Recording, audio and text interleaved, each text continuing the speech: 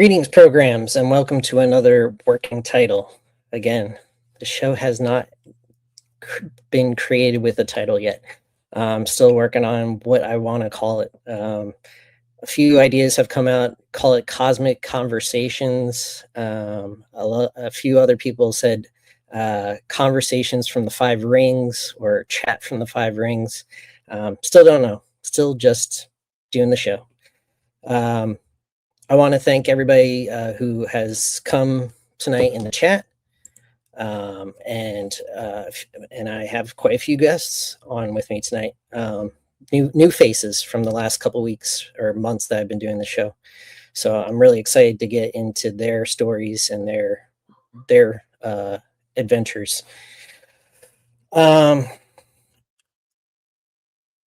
was I going? Oh, I just totally blanked.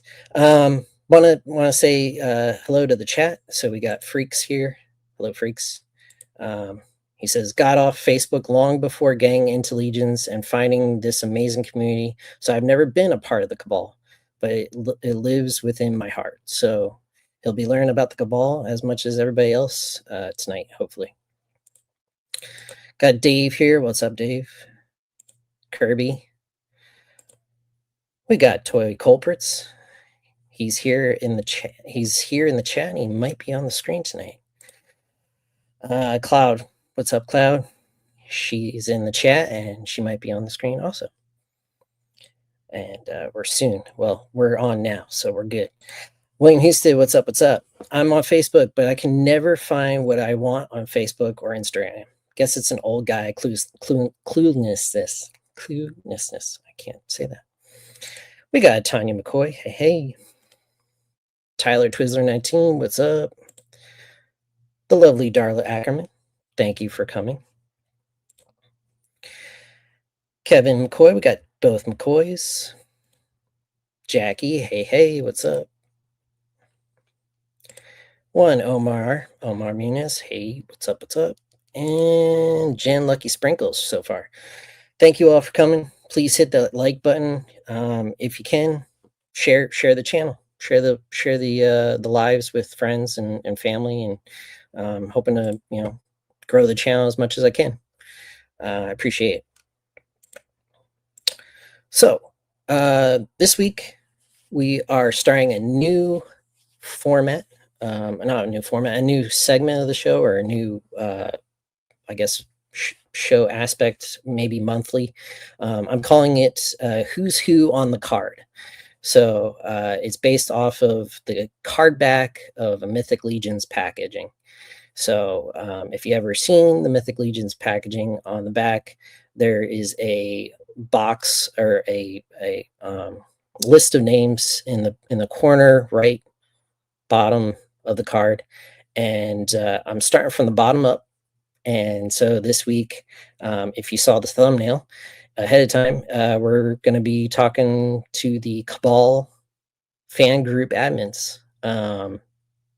If you got if you got a gist of what the thumbnail was showing, for the first time, all the Cabal admins as of November 2025 were listed on the back of the packaging at LegionsCon, and also the Armory experience or intern for a day. That was when it was first revealed or first found out that the fan group admins were on the packaging.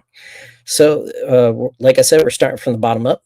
I was gonna look up I totally blanked. I was gonna look up who joined the Cabal first, and then bring them on in that fashion tonight, but I'm just going to wing it and go with the people that came on the studio tonight first.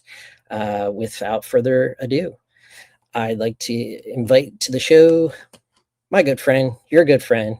He runs Waffles. He is very highly into the Motu world. Got really into the Glios world in the last couple months, maybe year. Your admin, my friend, Colin Culp. Hello, everybody. Welcome to Working Title. It's good to be here. Thank you for joining me, and welcome to the show. yeah, I'm glad I could make it. I'm glad glad it worked out. I know not everybody was able to make it tonight, but we'll see who's able to jump in and trickle in as the night progresses. Yeah, for sure, for sure. She is into vampires. She is into Hellraiser.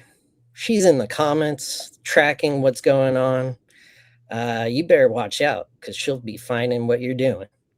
The one and only Cloud. Hiya. What's up? What's up? Welcome to the show. Oh, thank you. Thank you for having me. He's infamous. He's notorious. Everybody knows the mayor of Einsamal and the next admin to come on the show. My friend, your friend, the one and only, Curtis Ackman. Hello. Welcome to the show, Curtis. Thank you. Thank you for coming tonight. Absolutely. So, this is the people I could find or get on the show tonight. Due to personal reasons, not everybody can make it. We are still waiting for the chief brand ambassador. He's on his way home. He just finished doing his taxes. So hopefully he trickles in and he'll be able to give us some more information about where and when the Cabal started. So I was going to start with Walter, but we'll start with all of you. Sometimes you got to settle, and that's okay. I don't mean that. I mean to come off like that. No. Yeah. But where and when did you guys find the Cabal? You want to start off, Colin? Sure. I'd heard of it because of some of the Motu homage figures. I'd heard it mentioned, but I was pretty heavy into Motu at the time. I wasn't looking to start another line. So it was probably like 2 years I was aware of it and didn't join. And then Motu Classics dried up, and I already had a couple homage figures, and I was like, well, I could get a troll for my He-Man guys to fight. I could get some orcs, some skeletons. So I finally made the plunge. I think it was early 2000. It was kind of right around COVID, right after the Motu Classics ended up. And been pretty active ever since in there. Yeah. Okay, cool. Cloud, what's your story? So I was aware of Mythic Legions for a while, but mostly my collecting was nostalgia driven. So movies, cartoons, video games. I think the first Four Horsemen figure I actually held was their Krampus, because it was like a unique piece that that doesn't have to fit into my collection, that could come out seasonal. And it was my first time seeing how good the product was, like the detail and the way the joints felt. So I kind of wanted to go a little further. My first Mythic Legions proper was the convention exclusive Unknown one.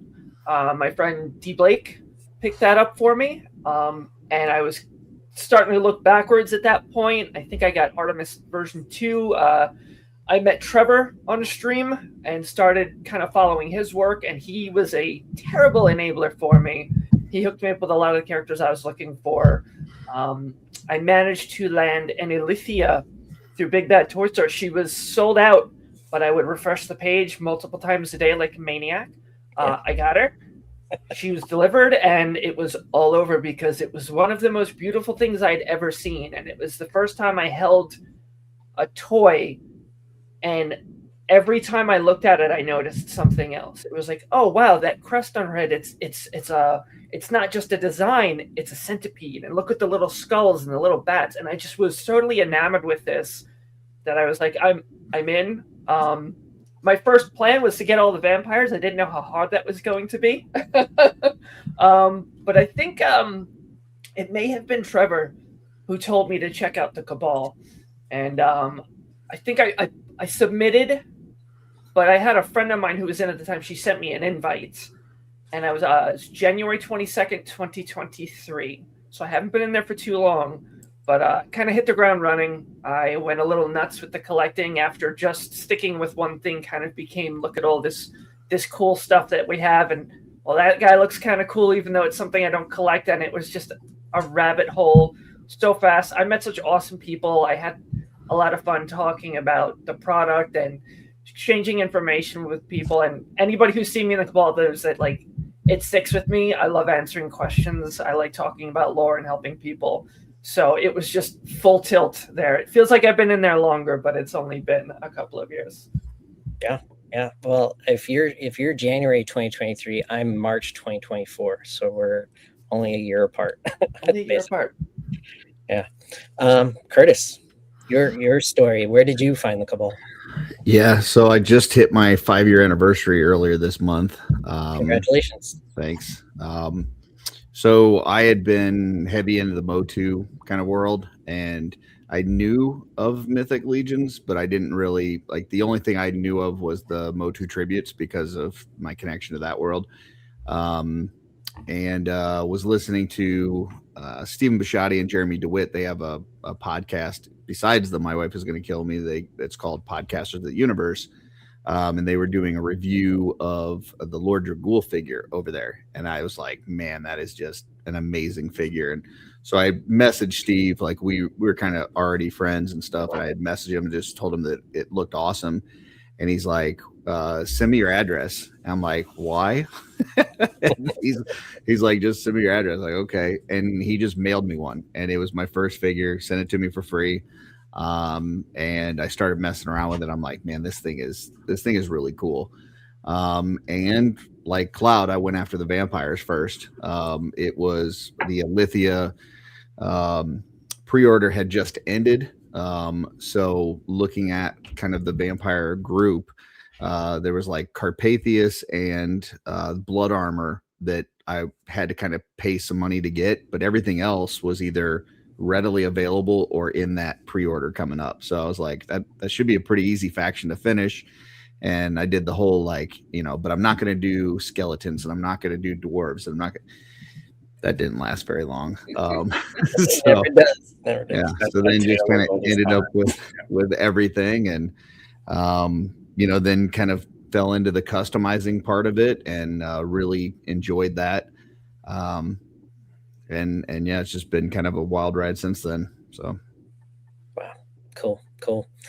All right, you're in the Cabal.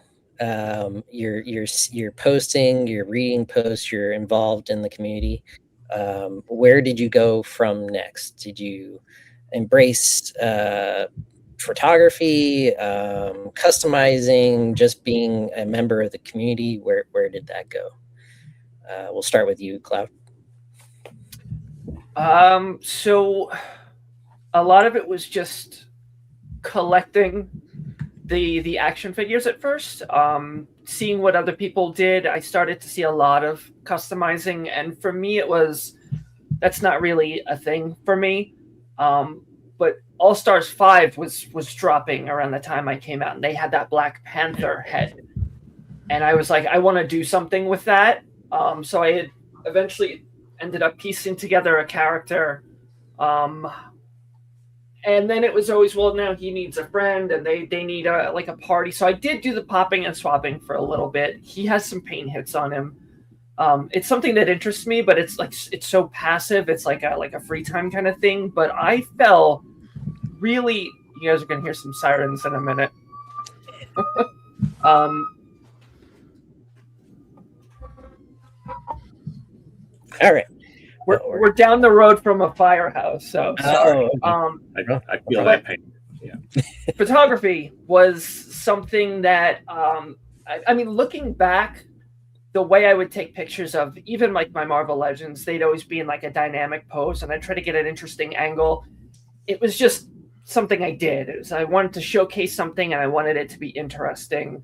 But knowing people like Trevor, and then watching him on Moz Toy Box stream, and starting to kind of see how people took this and pick up some of the verbiage and the text that they used, I just decided to try. And I was like, well, let me see, maybe I'll do.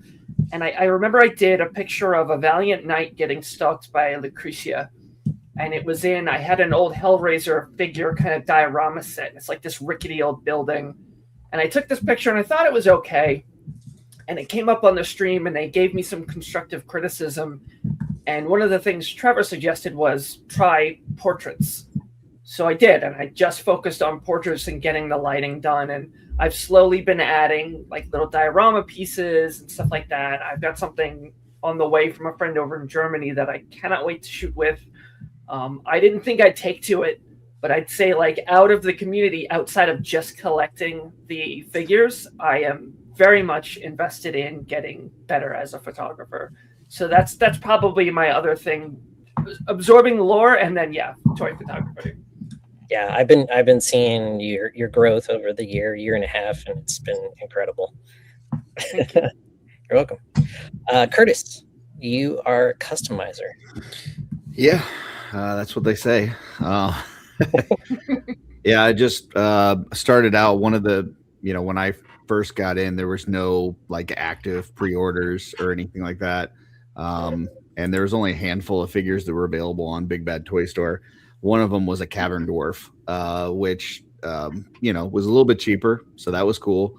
But when I got it, I was like, man, this is kind of disappointing. Like there's not a lot going on.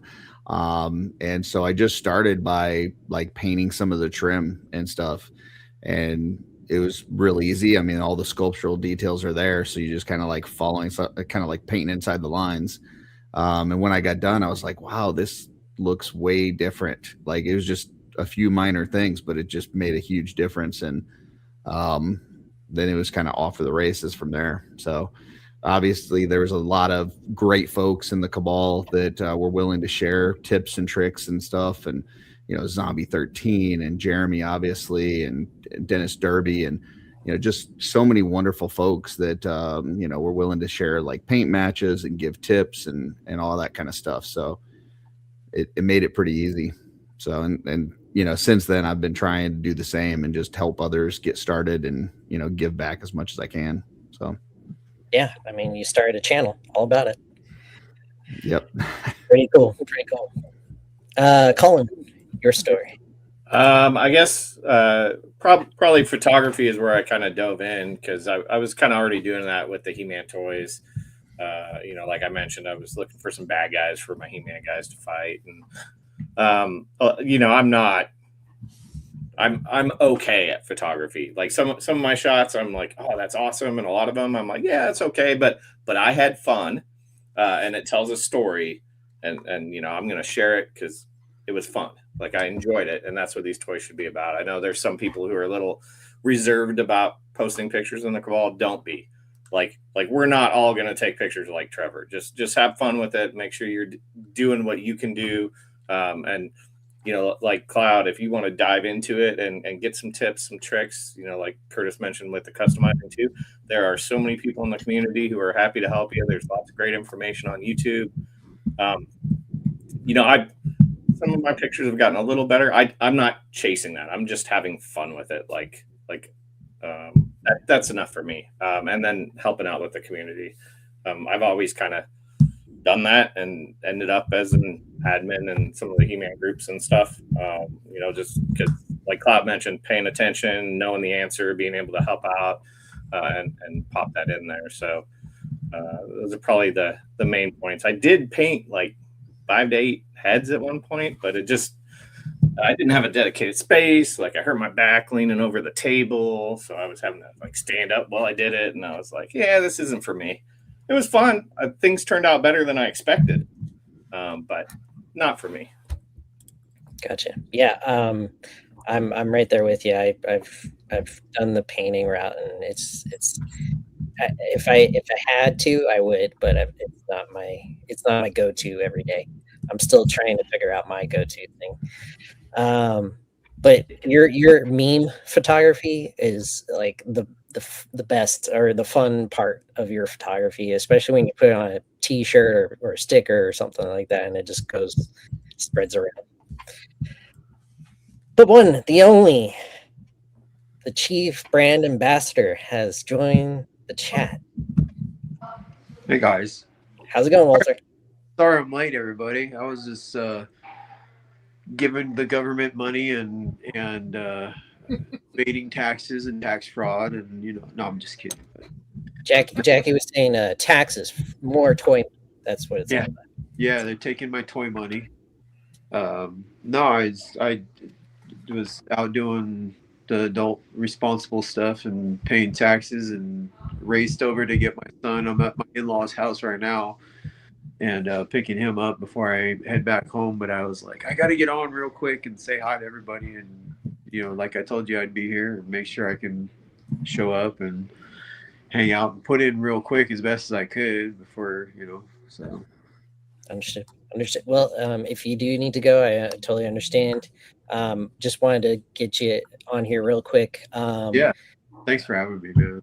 Cool. You're welcome, man. Thank you all for coming tonight. Appreciate it. Real quick, how or why did the Cabal be created? Oh, I guess the quick, simple answer was I just wanted a place that was different than everything else and everywhere else. Is that I could have a place to share and toy group and something that wasn't going to be the same. I didn't want it to be like your typical Facebook group. I wanted it everybody could come, have fun, share their stuff, and not I don't know, it's hard to explain. It's one of those, like, I didn't want it to be like all the other groups, and it slowly turned into something different and became a lot more. And it's one of those things. I don't know. I wanted everybody to be there and have a good time. I don't know. I still am lucky enough to tell people that and have those people show up. And people, I'm sure Curtis and Colin and Cloud and everybody can attest to it, where it's so amazing to have people just say, hey, like, I saw you guys on YouTube, I heard about you on YouTube, I met you, or I read about it, or I seen it on Instagram. Or it's so weird to kind of think about it now, where they hear about it, they want to join just for that reason alone, and then when they join, they go into this just appreciative,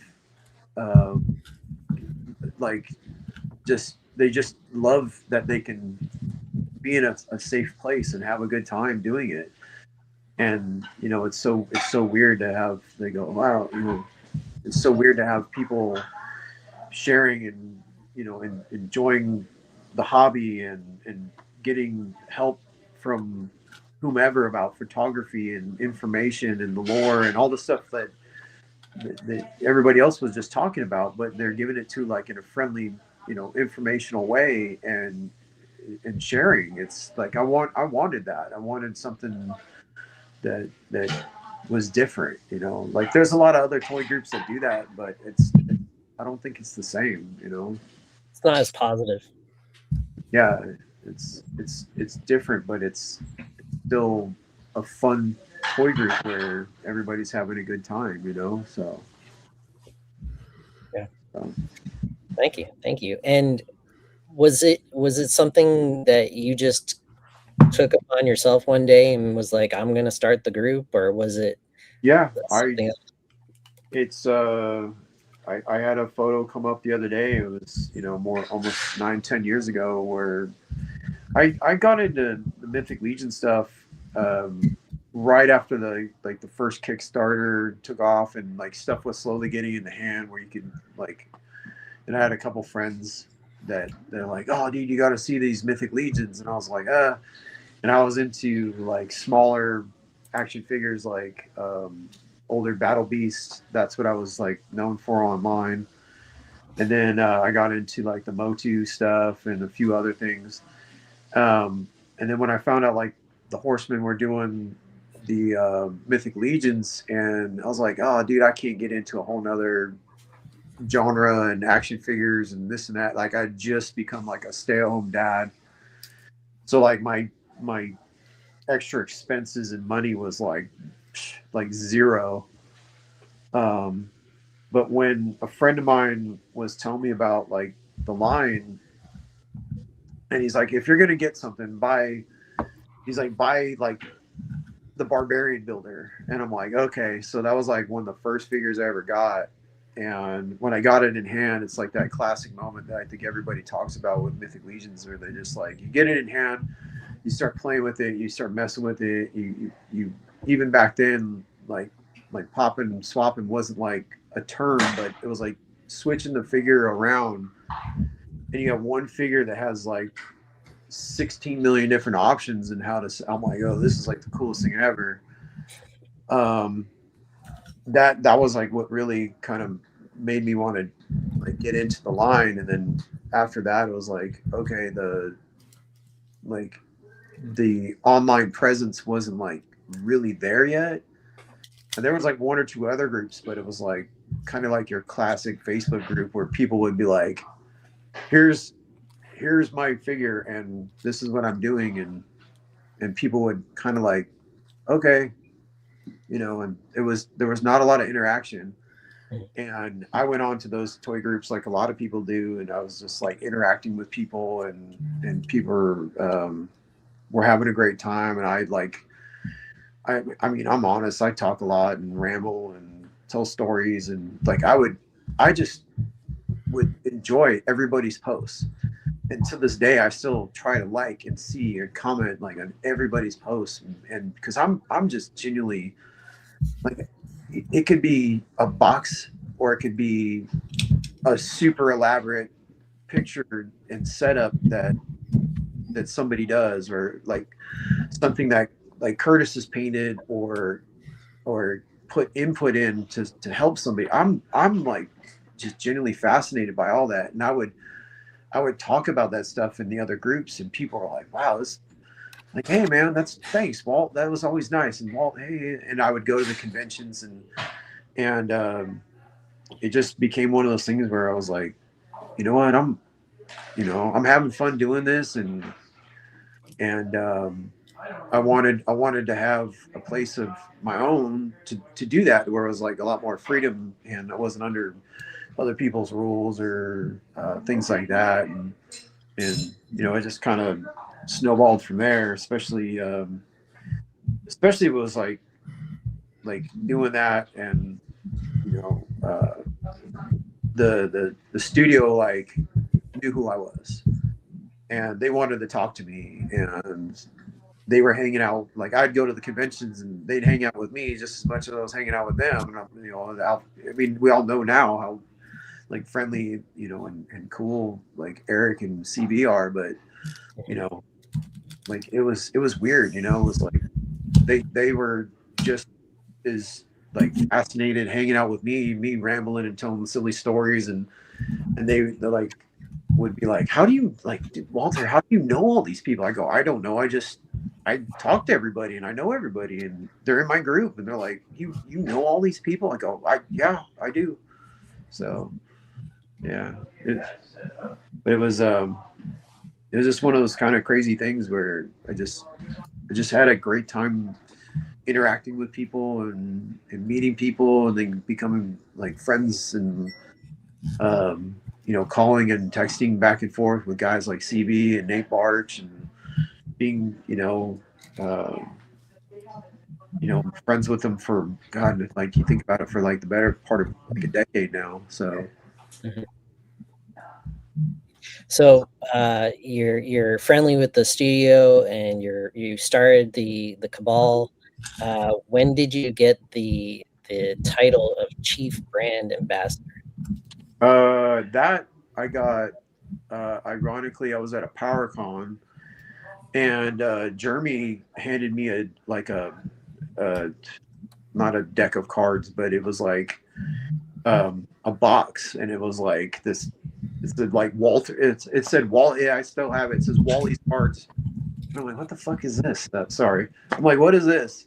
And he's like, well, open it up. And he opens it up, and I'm like looking at it. I'm like, dude, this is freaking rad. He's like, yeah. He's like, we don't know what to call you, so this is your title. Like, I'm like, okay, like, and, Eric Treadaway was there and Jim, and they were just like, yeah, man, congratulations. Like, we don't know what to call you, Walter, so we're giving you some kind of title, so that way when people ask what you do, you're our chief brand ambassador. And I'm like, all right. I'm like, that's cool, man. Like, thanks. Like, I was like, you know, at PowerCon a couple of years ago, and they gave that to me, and then at the same time they had showed me a box, and like on the back of the box, it had my name on it, and I was like, dude, I don't need anything else in life ever again. Like, that is like the coolest thing ever.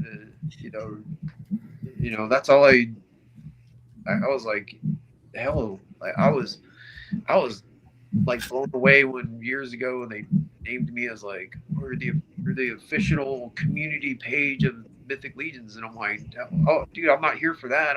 That's cool, but thank you. And I was like, just being humble about it, and just happy to get that. And then like, oh, you're the chief brand ambassador, and and there's like a few times I've sat in interview panels watching the guys, and they're like, oh my god, thanks for Walter, and they're thanking me for stuff, and I'm just like, I don't think I did anything. They're like, no, like, I had lots of friends that would remind me and tell me, and the older people from the studio, like, if it wasn't, it's like, if you didn't do this and give people a place and invite them in and be friends with everybody, like this, we're pretty sure this would never be what it is, and I'm like, wow. So like, it's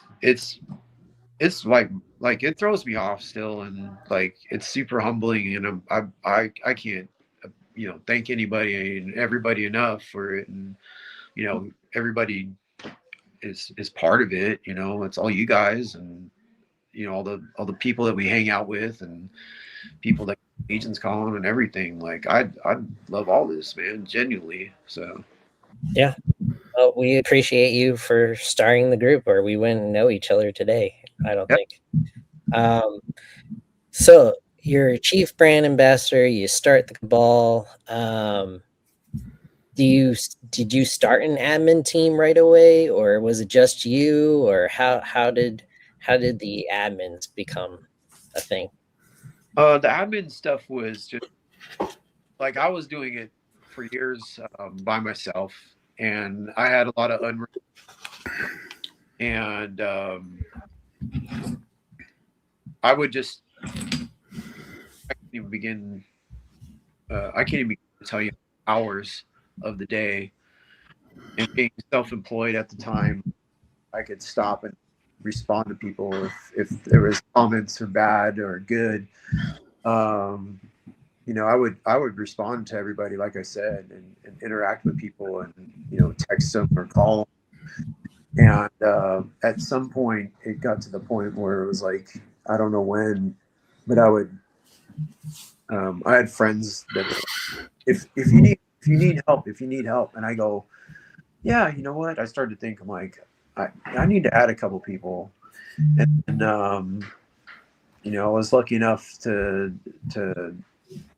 like, genuinely, like, the people that I have on my admin, you guys, I've told you guys all have the same abilities as I do, but I just genuinely love and respect, and the help that I've been given and the stuff that they do means the world to me, because I think the admins that have helped and done stuff with me want to put back as much as I have, and they want to see the community just have a good time. They want everybody to be nice to each other and enjoy and share, but they don't want it to turn into like one of those groups that that classic, like, toxic, where people go on or whatever, and they're scared to post, and but like, I think it's a special place, and like I said, without the admins and me rambling of it, but I think everybody just contributes so well and so much. And I've been lucky, that the people that we've had, and then the people that are currently admin are just super cool. They just love doing this, I think, as much as I do. I'm pretty sure, like, you guys wouldn't want to do it you know if it was something else. And there's this just, I think it's a special thing. It's genuine, like, just, I think the interaction that we all have with the fans and the community and the legions of people is just, it's different. It's like they they're awesome people. Like, I love you guys and gals. Thank you. I really appreciate that, and I had the same feeling. It's a special place that I found 2 years ago. So Thanks, man. yeah, for sure. So you've had admin teams of the past, people that probably come and go. Would you say who of the three, Colin, Curtis, Cloud, who was the first one added as an admin? I think Colin might have been added first, or Curtis and Cloud. I just genuinely, I don't keep track of that. But I want to say Colin might have been added first. I think that was one of those things, like, I'd been talking back and forth with Colin, and he and I were talking about, like, Motu stuff and things like that, and I always appreciated his opinion on quite a bit of stuff.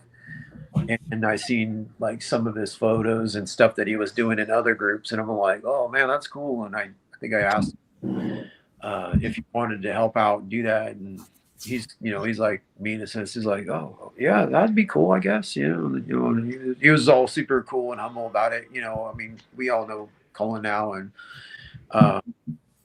then I think Curtis was in the same category, where he was wanting to help out if I ever needed help. And there was plenty of times where, like, using Curtis as, like, a crutch, if I can say that, is like, hey, I need you to keep track of this for me, and can you do that? And like no hesitation, Curtis was like, yeah, I already got those notes, and I know about this and that, and I go, hey man, like, I had it, like, think I was just quick and simple about it. I was like, dude, you want to be an admin?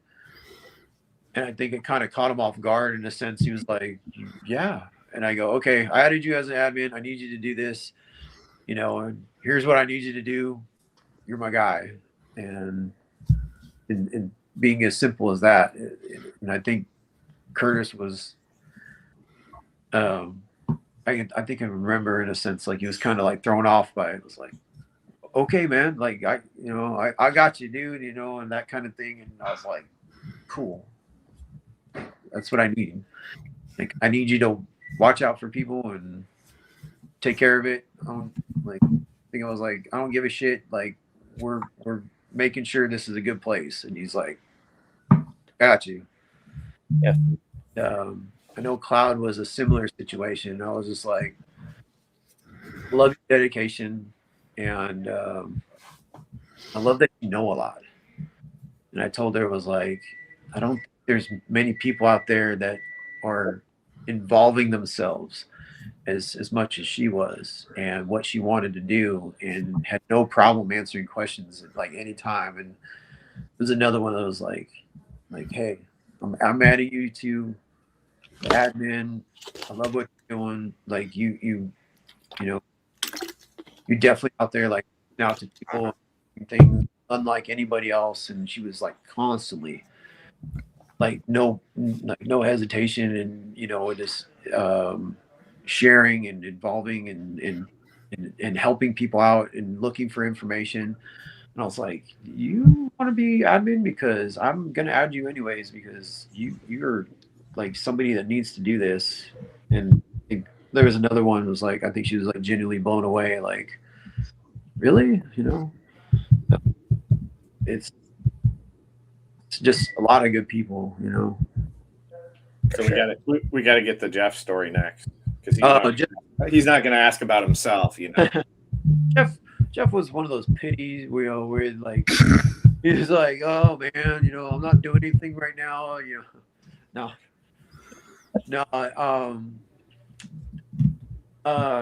Honestly, Jeff, like I had a lot of people tell me about you, and I was like watching, and I think Colin and I think I told Curtis and Cloud also, and I'm like, I'm thinking about adding this person, and they're like, I think everybody was like, yeah, he does a lot, you know, same thing, floating around there, talks about you guys all the time, you know, involved in the community, and he's just genuinely interested. And I was like, okay. And I think I told Jeff, I was like, how about if you help out with, like, I want to say it was like Cosmic, right, Jeff? For sure. And I was like, I'm gonna add you to the Cosmic. I want you to watch over that. And like, you were super grateful. And my one friend that well, I mean, Chris James was like immediately like, dude, you just made that guy's day. He's gonna make that place even better than it is.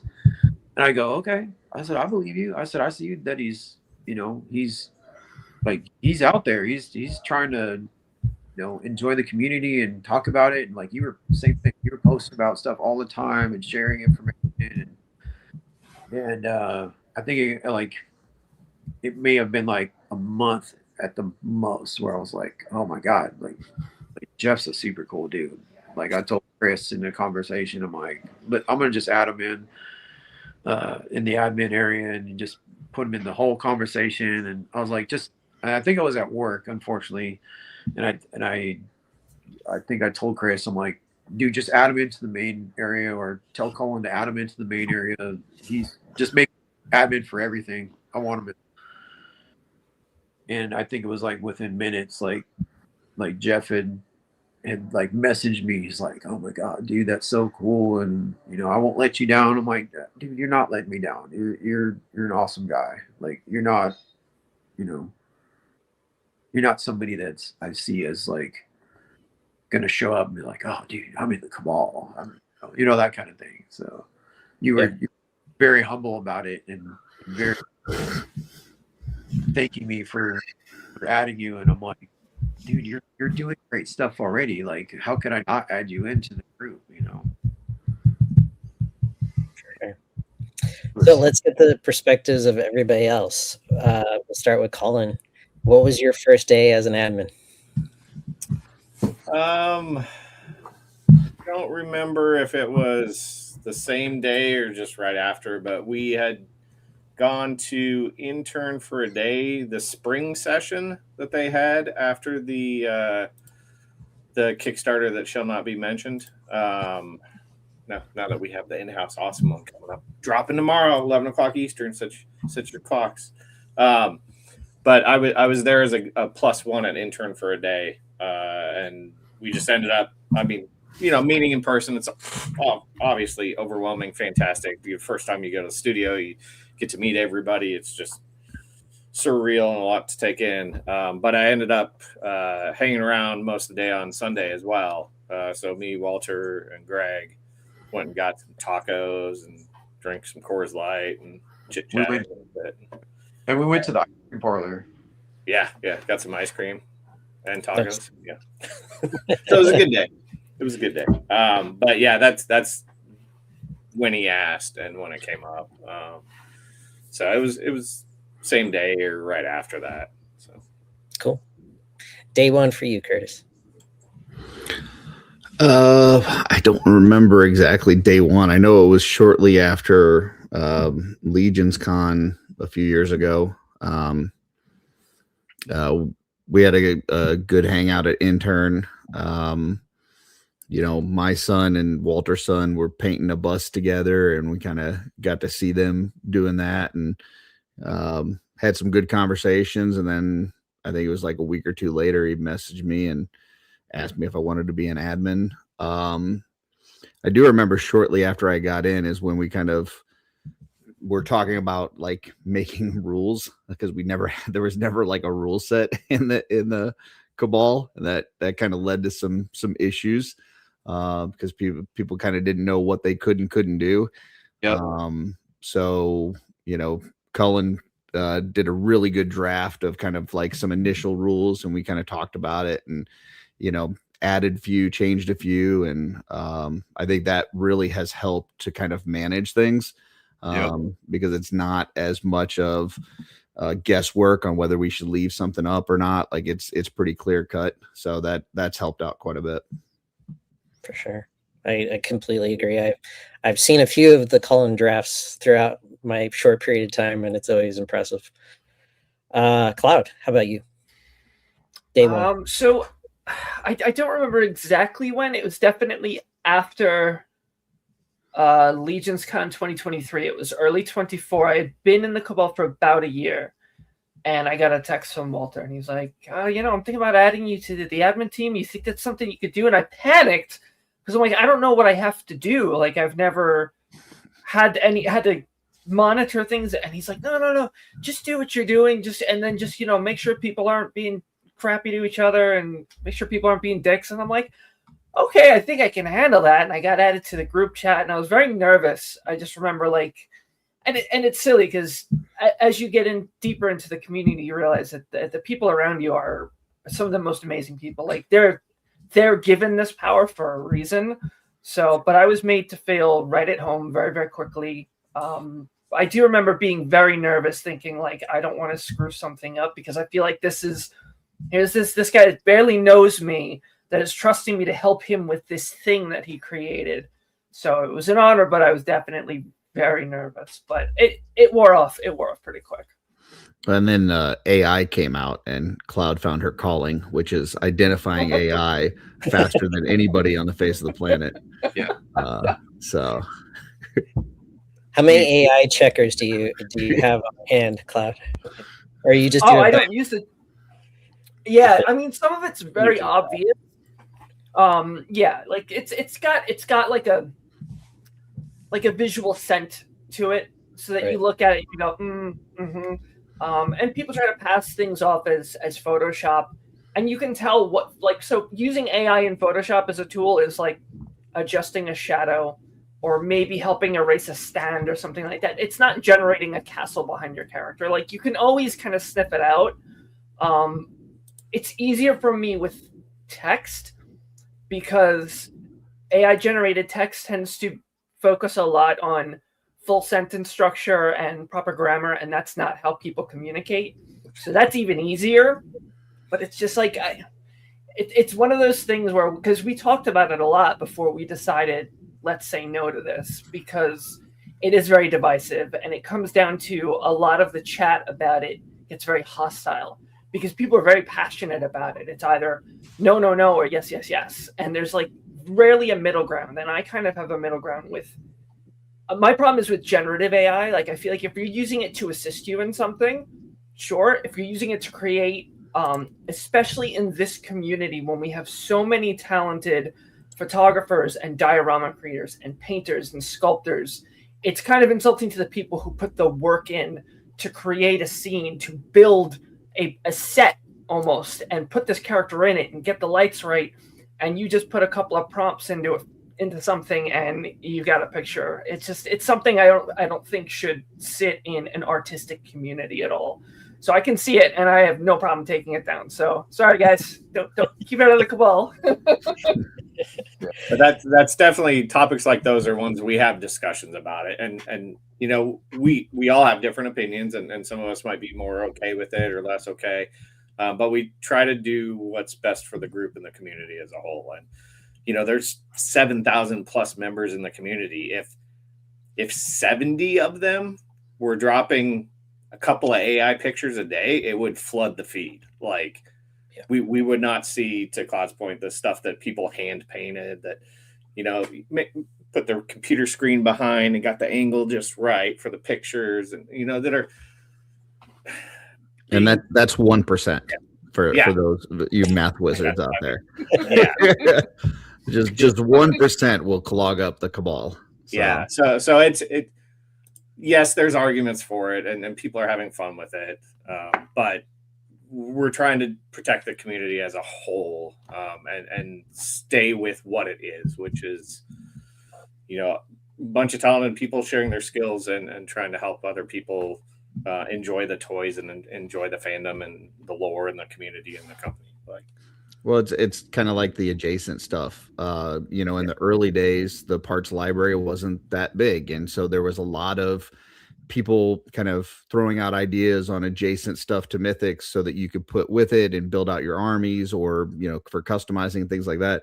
Now the line's gotten so big that if you have that small number, like Colin's saying, of people posting stuff from all these other lines, now you're not seeing anything from the Four Horsemen. It's all this other stuff. And so you don't want to be a jerk and kind of not let people post that stuff, but at the same time, it's like people are in there for the legions, and that's really what we need to try to keep it. So Yeah. And it's not just adjacent stuff that we see, it's also the sales posts of stuff that is not.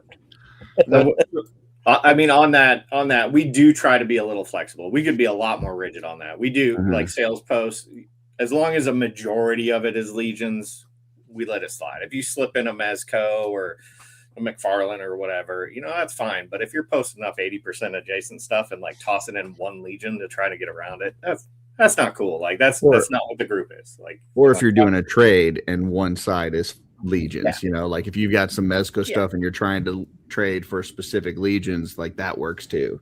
Yeah, and there's some groups who wouldn't even allow that. Like we're trying to be flexible and understanding, because we're in those situations too. Like that'd be an absolute pain. I can't trade anything else for a legion. Yeah.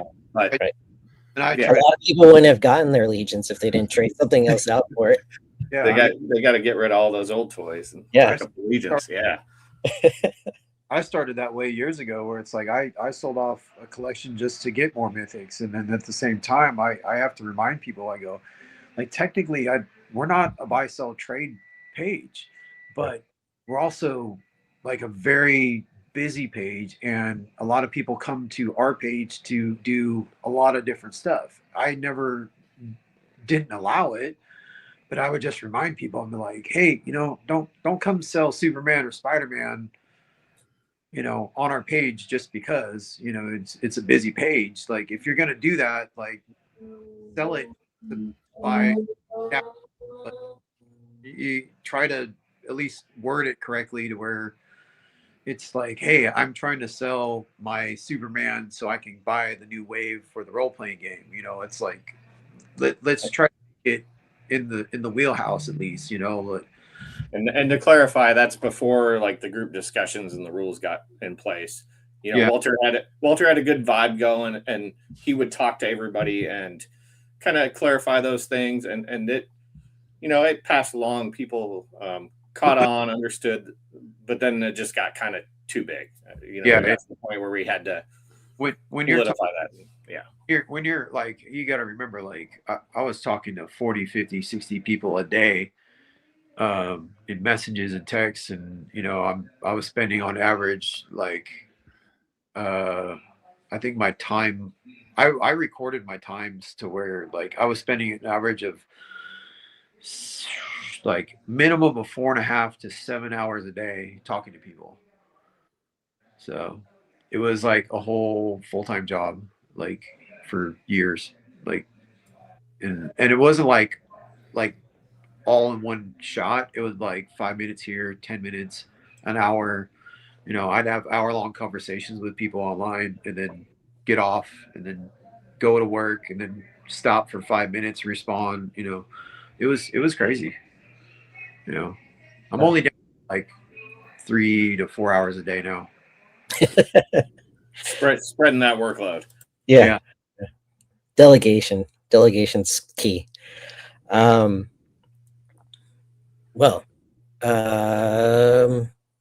Lots of help. So we have 3 other members to the team: Chris James, Michael Flornay, and Elliot. What? Who? What's his Who? name? Did I pronounce it wrong? No, I just No, don't. no, I you're don't good. ever see that guy. Who is that? He's just a picture with some text. Yeah, I know Chris. I know Elliot, and then we got the Invisible Man. So. Yeah. Well, one day, hopefully, we'll see him in person, and he won't be so invisible. But he does exist, people. He does. He does. He pops up every now and then, like a whack-a-mole. Yeah. But yeah, I'll just add one note to that. It's one of the things I respect about the Cabal and how Walter handles some of this stuff is that, like, I've adminned in groups before, and sometimes life gets busy, like, and you can't be there. You need to take a week, a month away. You've got family stuff going on, whatever. But there's still that appreciation for what people have done in the past. Like, just because you can't do it now doesn't mean you didn't do it then, and doesn't mean you still don't deserve the role. You know, it's fun to joke about. He's not around, but he's had some real life stuff go down, and For sure. right. yeah. So Walter, I mean, not to cut in here, Jeff, but you want to say a few words about the couple admins who weren't able to make it tonight? Just round out the topic. So Elliot's one of my favorites. He's in the sense that he's just the happiest damn person. I love what he does. He's another one of those. He's not on all the time, but he's there enough. He pops in, and he brings in that side where it's like the guy sees the good, like, in everything and all the people, like, all times, and he's just such a happy guy and such a nice guy. And I loved him for that, and I wanted him to join the admin for that kind of thing years ago. And he's been super helpful for a couple of years now. And my father-in-law cursing in the other room, but super cool guy. Chris, another guy, Chris James, is super awesome. I love him. I've probably spent tons of time with him, hanging out with him in person at different shows and cons and events and Legion's Con, and he's been to my house multiple times. Now, I mean, honestly, there's not enough nice things to say about Chris. He's such a wonderful guy. He calls me all the time, just to check in, see what's going on, or if he's just wanting to vent about life or whatever. And he's been. They're not on right now. You don't have to just say nice things about them. Yeah. No, they're all super cool. I love Chris. I mean, I don't even know what to say. I don't think I could come up with something stupid bad right off the top of my head if you're making fun of it or something. Mike's one of those guys I've had in my admin for a long time, actually, from one of the beginning. And he was the same thing. He was like all you guys, involved in the line from the beginning. And I think he helped out an admin for another group, and we got to talking, and he's told me, like, way a long time ago, he's like, look, man, I work crappy hours, and I work at he works at like a top security facility as, like, I think a armed guard. But he's got super busy with work and everything, and he's just a nice dude, and he's helped out over the years and had a good time. And he used to be my favorite. Like, he was like the doorman, I used to call him, or the hammer, where, like, to get into the group for the longest time, like the silly questions that you answer to get into, like, he was the guy that, like, read all that stuff, would make the judgment if they were a real person, and then let him. I just thought that was, like, the greatest thing. Like, he was just so quick about that, and he used to, like, love catching the people that were, like, fake accounts, and he would be like instant, like, that guy's gone, and I'm like, what the hell happened? So he's a cool dude. Hey, he's one of the only guys I don't think I've met in person, but I've talked to him, and I think I've had FaceTime conversations and stuff like that. But the only person I haven't met, I think in person. Little tip for anybody that is trying to join the Cabal. When we're asking about the Four Horsemen, that's not the wrestlers. Yeah. So That was so good. just FYI. We're gonna catch it. We're gonna catch it. Yeah. Or the biblical ones. Yeah. For Christ's sakes, God, like, come on. Reed. Yeah. And if they get like 3 out of the 4, I'd still be happy. But And the fourth isn't Arn Anderson. So Yeah. Or when we get like, I don't know what that is, or who those people or who those characters are, and we're like, Well, you're allowed to say I don't know. You're like, I'm new to this line, I don't know yet. I mean, you could Google it, but like, you're allowed to say I don't know yet. That's fine. That's an acceptable answer. We just want to see that you're reading these questions and engaging with us and answering. I let somebody in just the other day. I'm sure we'll find fake later, but Here we go. It happens. We try, but it's there's some sneaky people out there. yeah. There's one Sir Elliot Lee with Colin. We definitely catch a lot of the obvious ones, though. I go into some other groups and I'm like, how are these people in How did you miss this? Like, this? how are these accounts admitted into this group? Like, they're clearly not screening. We do our best, but we're gonna miss some. Yeah. So always do your diligence on sales, purchases, trades, and stuff. Like, you never know. Check those references. Yeah. And there's so many people in the community that have tons of references already. Like, unless it's someone brand new, you're probably okay. And I don't mind. I still get like tons and tons of people. I don't know if a lot of you do, but I get a lot of people if they go, "Do you know who this person is? Like, have you bought something from Curtis?" And I'll be like, "Yes, I know Curtis for Don't years. trust him. Don't trust that guy. He does okay work. I'd rather buy from Go find another reference. No. his wife makes great soft goods. Curtis is all right. Yeah. It's stuff like that.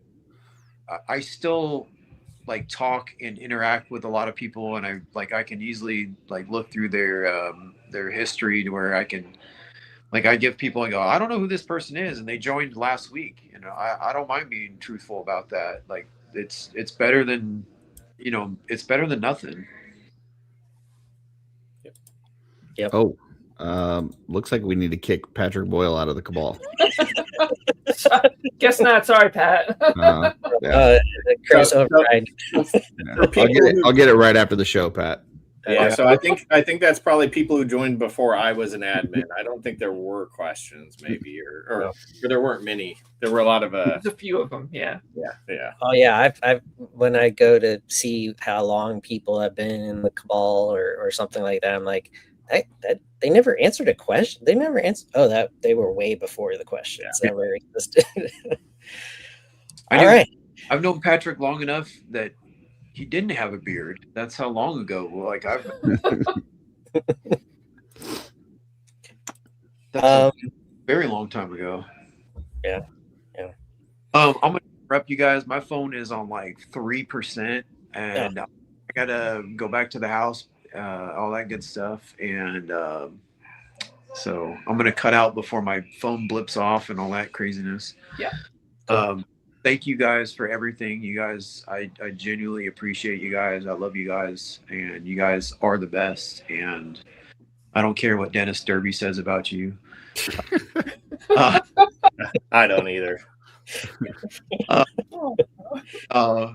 But you guys are awesome. I wouldn't have anybody else helping me do all this and be with me, and you guys. I mean, try not to like get all teary-eyed and all that crap, but for God's sakes, you guys are awesome.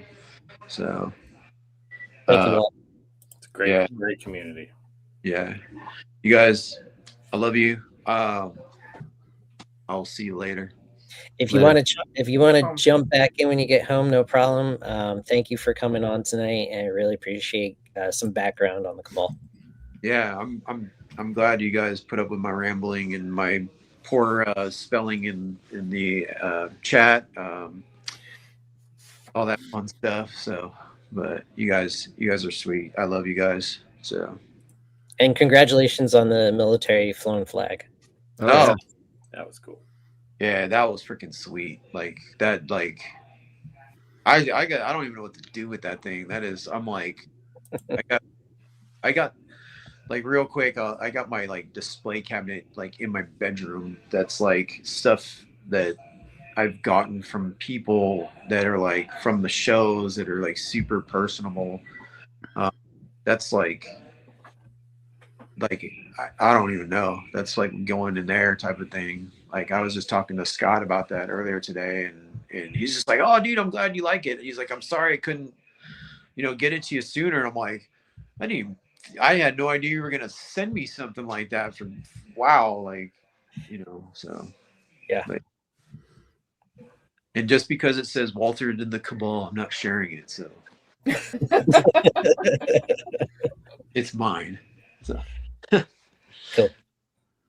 All right, you guys. Good night, Walt. We'll see you later. Thank you guys. Later. Love you Later. guys. Good night. Cool. All right, give me the dirt on Walt now that he's gone. Everything he said is true. He rambles. He doesn't spell well. It's all true. He's now got custom made flip flops. Oh, that incident panicked me, right? Because he was like, "Oh, yeah, I hurt my toe. They're gonna cut off my toe," and I hurt my foot at intern, and the entire nail went like black. And now I'm thinking I'm gonna lose my toe also because I'm a neurotic mess. Thankfully, no, the nail came off. The toe is still there, but like we both hurt our feet around the same time, and he completely freaked me out because they took it because of the infection, and I like immediately started taking antibiotics. I was like, no. She was like, "They're gonna get rid of me as an admin if I don't remove a toe as well." No, rite of passage. Everybody has to lose a toe. Walt first, then Cloud, then who's next? I want to say thank you first, but I'm not going to end the show just yet. Hey, there he is. Somebody must have hit the like button. Thanks for hitting the like button, somebody. Appreciate it. Let's get into some more personal Cabal experiences. When did you feel like you were an admin in the Cabal? Like, what was that first experience? Because I know a few people have had different experiences, or maybe remember their first experience as a Cabal admin. Curtis, do you have any? Probably like a year before I was made an admin. I was already kind of doing that stuff and just trying to help out. And, Walter had me like taking orders for rings and, answering questions and taking, phone calls from people and all this and that. So I don't know, like this community has given me so much and is just, I know it sounds corny, but it's changed my life. And so I've tried to, give back as much as possible. So. Yeah. That's the key that we always talk about, that you give more back that you take. So I completely agree with that. How about you, Cloud? It wasn't for a while, actually. I tend to be a very anxious, timid person, and I did what Walter suggested, and I honestly was just kept kind of doing my thing, and I would try to catch people breaking rules or like jerk comments or something. And we were much smaller. Like this was before we had even hit 5,000. Like I remember when we hit 5. I remember that too. Or was it 6? I can't remember. It was quick though afterwards. But I honestly think it was the team was invited to go to the studio for intern. And that was like a holy crap moment. Like this is really cool. This is a big thing. And we had to rearrange our entire vacation. We had to get in early. We had to get an extra night on the hotel. But while we were there, like it was like midway through the day, I think we were like, it was like right around lunch. And I just remember looking around at like all these people who were paid to be there, and then there's all these people that I've talked to for years, and I was just like, this right here, like I feel like I'm doing something important to be invited here to do this. I think that's when it hit me, was Legions Con 24 during intern. 2024, gotcha. Colin, do you Um, memory of your first admin experience? Yeah, I don't know. Probably kind of like Curtis, just helping out a bunch beforehand, which I think, you know, we all do. And there's lots of other people who do it who aren't on the admin team because, you know, we can't have half the group being an admin. You know, so Walter makes those calls based on his experiences and what's going on at different times. But yeah, just I don't know, doing my thing. I was already doing it in like some Motu groups, like just helping out, answering questions. Like adminning's just another level and more time and, you know, drama and things to deal with on top of all that. But yeah, it's just something, I don't know. I'd done for a while in other groups, so it just kind of felt right. Like, and I was just already helping people out. Like, I don't know. Gotcha. And I've seen you been added as admin to other groups since I've been around. Do they approach you or you approach them? It's mostly so like the D13 ones. Everybody knows Chris is swamped and needs help. You know, so we offered to help out. So that's the Biblical Adventures and Nippon Adventures. Some of the other groups, you know, just kind of talking to people, and like the Ashino Von Berg Studios, he's got the Kickstarter dropping soon. The Tide Realm Corsairs, like we just ended up talking, and I was like, I can help out if you want, like. So Cullen is to admins what I am to YouTube. You know? That's great. He's never met an admin spot he doesn't like. So yeah. It's true. It's true. That's incredible.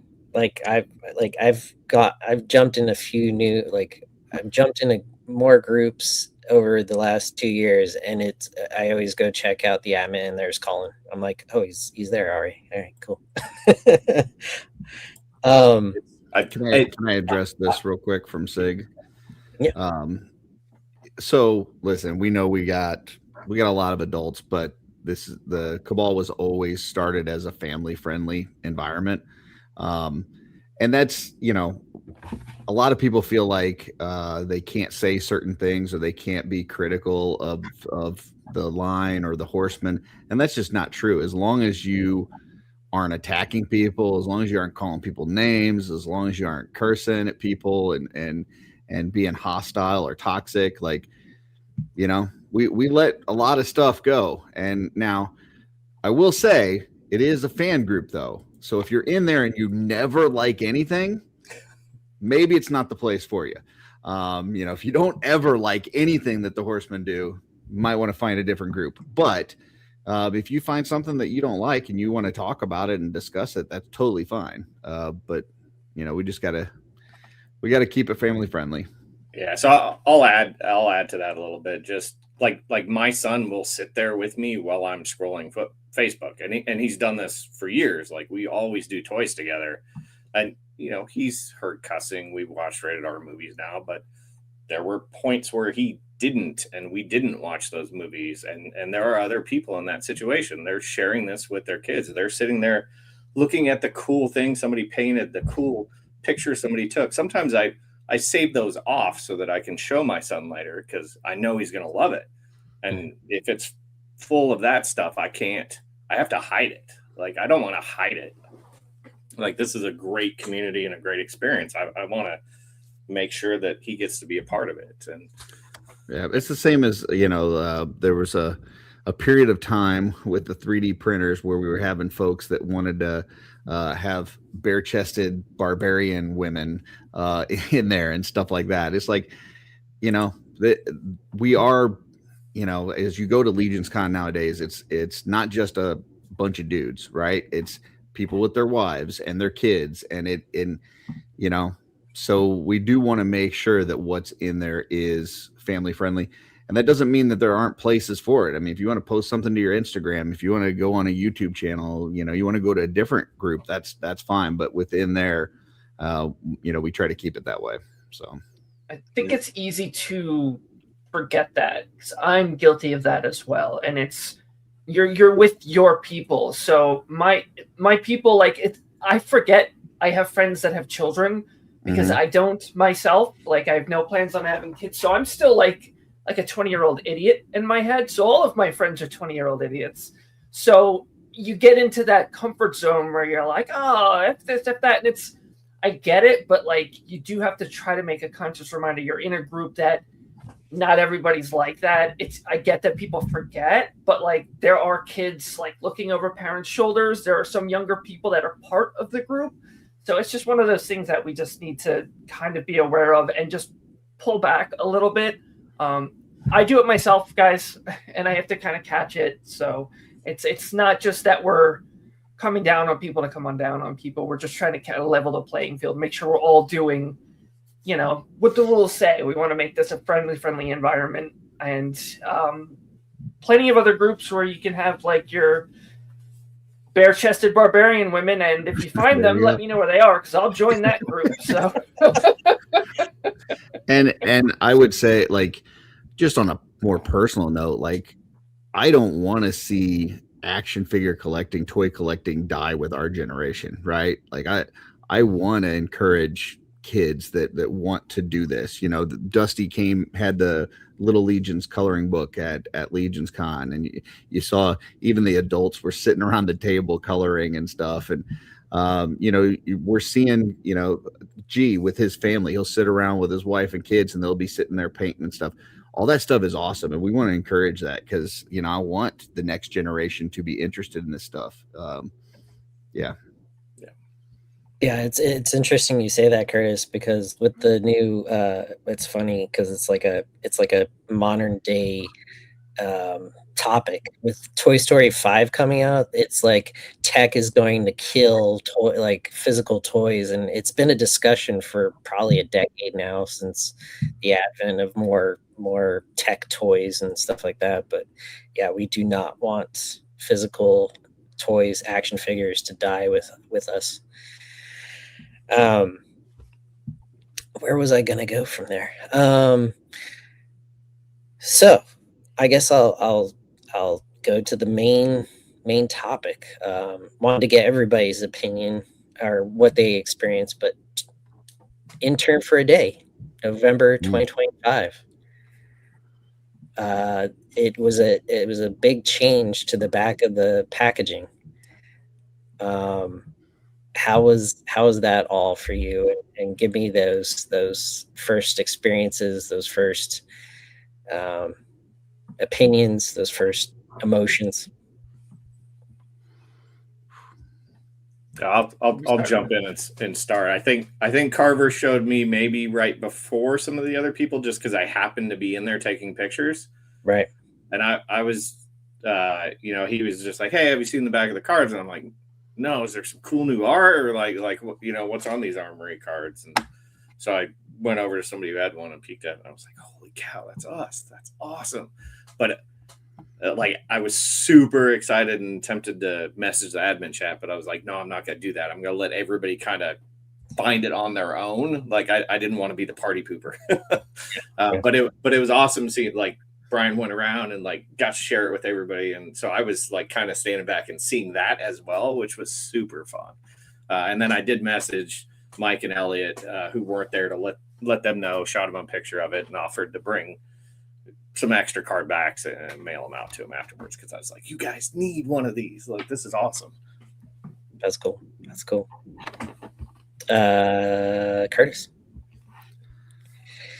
I mean, it was a wild day for me. Just a little bit different vibe there, because they didn't do like the tour. They changed some things up. They had the 10-year book there, which was cool to see.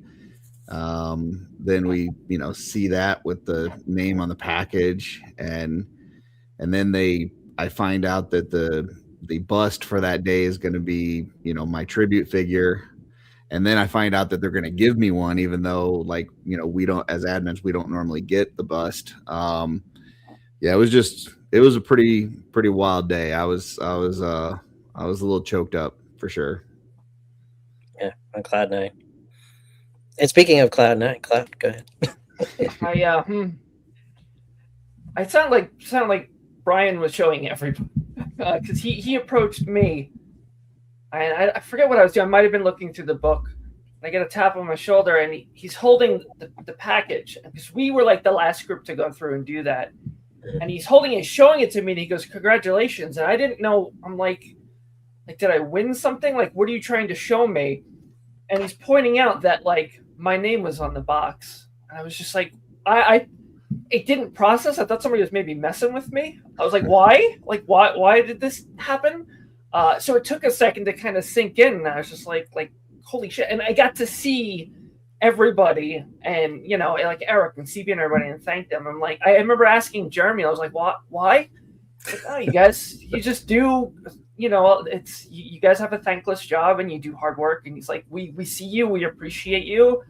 And I was like, I don't really know how to react other than thank you. He's like, yeah, that's it. And I remember seeing it on the Armory, and then we were on the Legacies and the exclusives. And then somehow we ended up on the Mouse King as well. Yeah.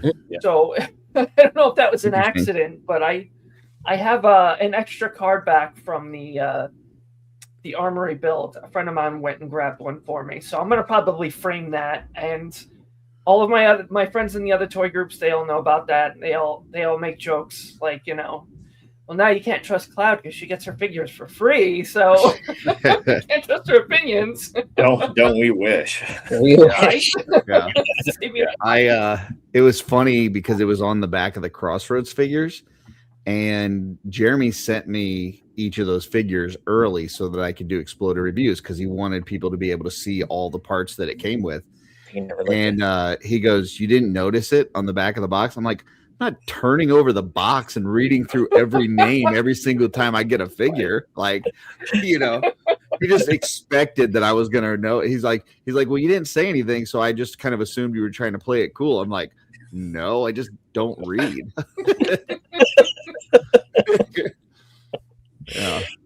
Yeah. I was one of the first groups at the Armory, and I immediately, I'm one to actually go and look on the back of every card because I want to see what the new art is going to be or the new story or something like that. And I always, and the first time I always see Chief Brand Ambassador Walter Hagen, and it wasn't that this time. And I was like, holy shit, this is crazy cool. And I saw Brian Lynn already bouncing around and showing everybody. So I was like, all right, it's out there. So Sig, you just heard a couple of cuss words here because we're trying to placate you because you can't do it in the Cabal. You know, we're trying to make you feel at home. This is YouTube. This is outside the Cabal. Wait, that's right. Stay in the Cabal, it would be a different story. But yeah, it was an impressive chain of events, I would say, that day. You know what's wild is like, especially, I have a very interesting name, so it sticks out. So seeing it on like my driver's license and my social security number, like that is already kind of strange. So to see it outside of things that I need was just so bizarre. I'm like, how many people do you know with this name? So it kind of like jumps out of the packages, and I'm like, it's kind of odd. Like, are people that don't know, they're gonna look at this and be like, what the hell is a Cloud Foxwell? it's a little strange. There's still that like uncanny kind of like separation of the two. I think if you're involved and ingrained in this community and the Cabal and all that, you'll know those people on the back. So those who don't are not supposed to be around. Yeah. Well, they don't know yet. Yeah. Maybe they're new. Let's cut them some slack, Jeff. All right. I'm a stickler. So yeah, we saw it on the Armory, then we saw it on Legacies, and I saw it on the Crossroads and Koi. And then now Cloud has said Mouse King. Have you guys seen it on anything else? Or I kind of noticed on Rising Suns it was vacant, and so is Walter's name. Yeah. I thought it was only going to be on the Legions Con stuff, but I'm not sure how it ended up on Mouse King. But I thought I had heard that it was only going to be on the Legions Con stuff. But That was my assumption too. Yeah. Yeah, I have no idea. Yeah, wasn't They quite mix sure. it up now and then. Yeah, we definitely appreciate it. I like Cloud. I plan on framing one. I just need to get around to it, like a million other toy related things. Yep. Yeah. Very cool. Very cool. Anybody else want to talk about their experiences as a Cabal admin and answer any questions? Anybody in the chat, if anybody wants to throw out any questions, I kind of like that SIG question. That was very important. You guys want to yell at us? Now's your chance. Just don't be a jerk. That's the key. Because we have a list. We have a list of Check it twice. Checking it. Yeah. That's my try line. try to There be, he is. We try to be fair. Sometimes it sucks. Like I don't like having to warn people or suspend people. Like there was like one particular person that got the boot that was satisfying, but otherwise, I just want us to all kind of be here and just have a good time and sharing this hobby. Like it brings me just so much like happiness. Just my desk is like swarming with figures right now. They're everywhere. I can't move. But that's what I wanted out of the Cabal. That's what I got from like the first few weeks I was there. Was just all these people coming together. Look at how awesome this thing is. Yes, I agree. And that's what I want out of it. So it's people are like, you're allowed to express your opinions. You're allowed to get angry, but there's a way to do it so that it's not just like filling the Cabal with negativity and with just nonsense, just memes and adjacent stuff. Like we want to kind of limit what it is. And we're hoping that occasionally somebody's going to post something that's not related and it has to come down that they see that and they pivot instead of doubling down and being a bit of a twat about the whole situation. So just for anybody watching, I don't like taking stuff down, but it needs to be done. So please stop making me take your post down. I would say whether you're posting, making a post or putting a comment, before you do, ask yourself, is this adding anything to the group? Is this helping anything? Like, am I providing an answer? Am I throwing out a thoughtful question that might generate some conversation? Or am I, just adding something? Like somebody will ask a question and you'll see like 15 people have answered that. If somebody's already answered it. You don't need to answer it again. Just leave it. And yeah, so just are you adding value? I guess would be my little piece of advice. That's good. Yeah. It's a good way to be. That is it. If I want to post a picture of some figures, whatever, is this Mythic Legions? Is Legions or related? Like I get that you're maybe proud of a photo, but if it's just like Mezco figures or the Zesri Studio stuff, like it's a good picture, but like please, just there's another space for it. Just try to kind of keep things on topic. Don't be a twat. Help people. But yeah, the big one is like people will answer a question like 15 times, and it's like once they have the necessary information, you can kind of just move on. So yeah, I don't know if you're going to highlight some questions. Freaks Figures asked if there's an Instagram Cabal, hashtag Mythic Legions Cabal. Feel free to drop that on your pictures. It's obviously not the same, right? Because Instagram doesn't have the community group aspect. You're hunting all over to find stuff. But if you're posting Mythic Legions related stuff, that's a hashtag you can use to help promote that or to find other content. Other members of the Cabal who are using that hashtag as well. Again, that's hashtag Mythic Legions Cabal. Mm-hmm. Cool. And then Jackie had a question. Jeff, when did you become an admin? Sorry, I missed it if you said already. So I met Chris James. Actually, I met Chris James and Colin in person at IshCon 2024. And I just hit it off with everybody. Like everybody who meets everybody for the first time, you just you just know everybody for some reason. It's like you've never met anybody, you've never met in person, and you should have always known each other, and it just works out that way. And so I had heard about Chris James, before getting to IshCon, and um, I I knew I was gonna like not hunt him out, but like find out who he or introduce myself, and like within seconds we were good friends, great friends, and so we're neighbors. I mean, he's only like 45 minutes away from me to the east, so we've hung out a lot in the last 2 years, and we were toy hunting. We were actually, I think Fisher Rice had just came out. The Retailer Appreciation Wave 2024 had just come out, and so we went hunting for legions, and we struck up a conversation, and I was like, "So, what's it like being an admin?" And some of the stories that we heard tonight, what it's like, and I was like, "Do you think I could do it? Is it something that's something I can do?" And he said, "Hold on one second." And he took out his phone and he called somebody, and I was like, "Okay, this is weird."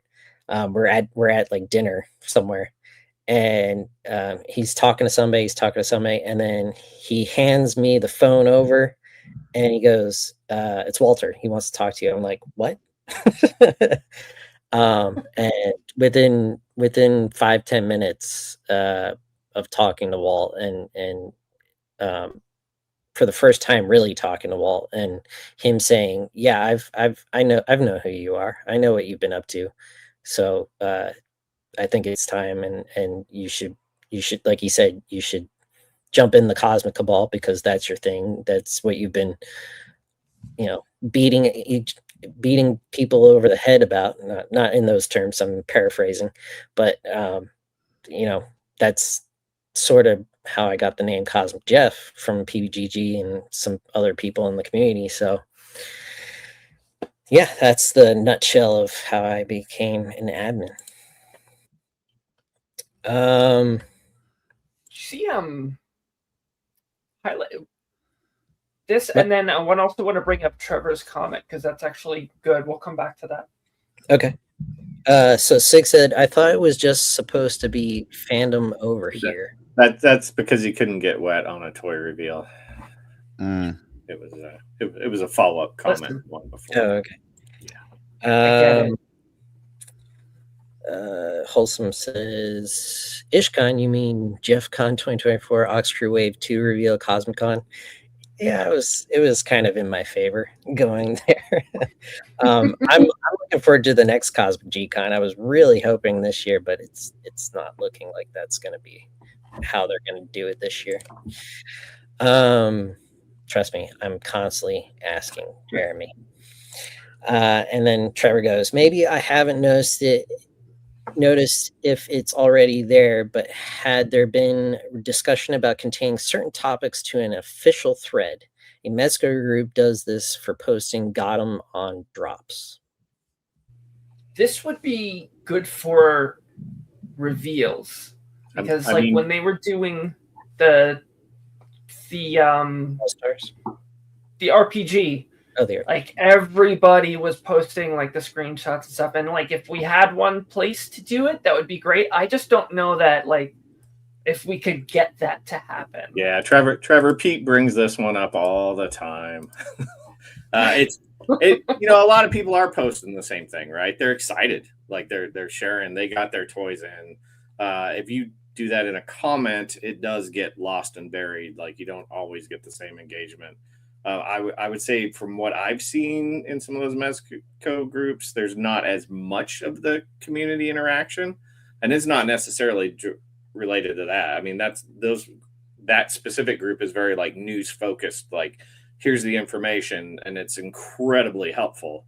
And we'd have to delete a whole bunch of posts until people figured it out. And guess what? People don't always read everything. And then they get mad. Why are my posts getting taken down? I'm getting targeted. Yes. Yeah, I feel like it'd be a logistical nightmare. there's pros and cons. The main thing is it wouldn't fill up your feed, but that's like mute the Cabal for a little bit if you need to. I mean, if it's that obnoxious, there are pros and cons to it, man. And it's been discussed in the past. It's a lot of work and a lot of negative outcomes. Yeah. I figured. Sounds really easy, but it's not.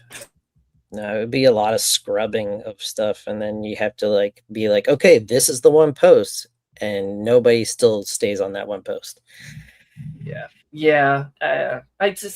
I've definitely had that thought cross my mind. Like, look, here's the official post, and we're going to give you the updates, or maybe not even so much like as Rising Suns is coming in. Like, it doesn't have to be focused that. Like, as people come in, you want to make your post, you're going to show your unboxing, your collection, but specifically for like that reminded me of the RPG reveal, and like I saw like 18 different posts of like the same information. If we had it, just here's where the thing is going to be if you want to follow it, but then it would also be on us to stay on top of that and make sure that these people are getting this information like as it happens.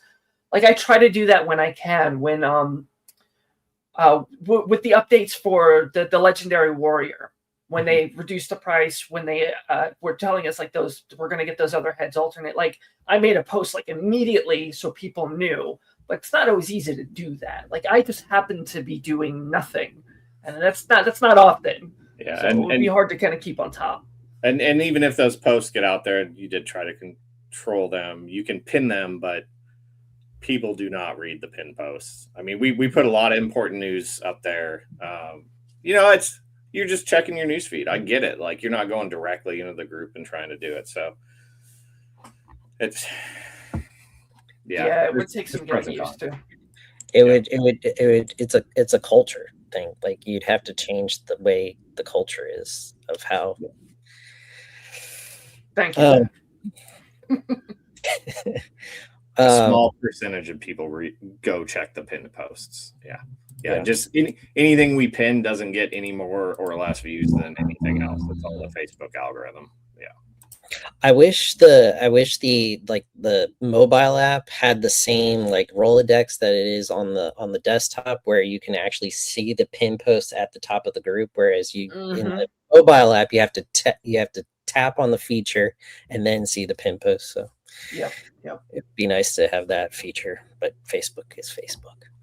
Yeah, I agree. The pin post functionality, like it's good for us to say it's there and to go check it now and then, but overall, it's not a winner on Facebook. Yeah.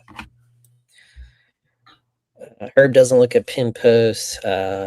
Jordan says, I prefer contain just the negative posts. This provides the best both worlds. Yeah, if you find out how to control the negative people, let us know, and that'd be great. We could try to tell them, hey, put all your negative thoughts in this one. We'll see how that works for you. They just need to wear more purple. Yeah.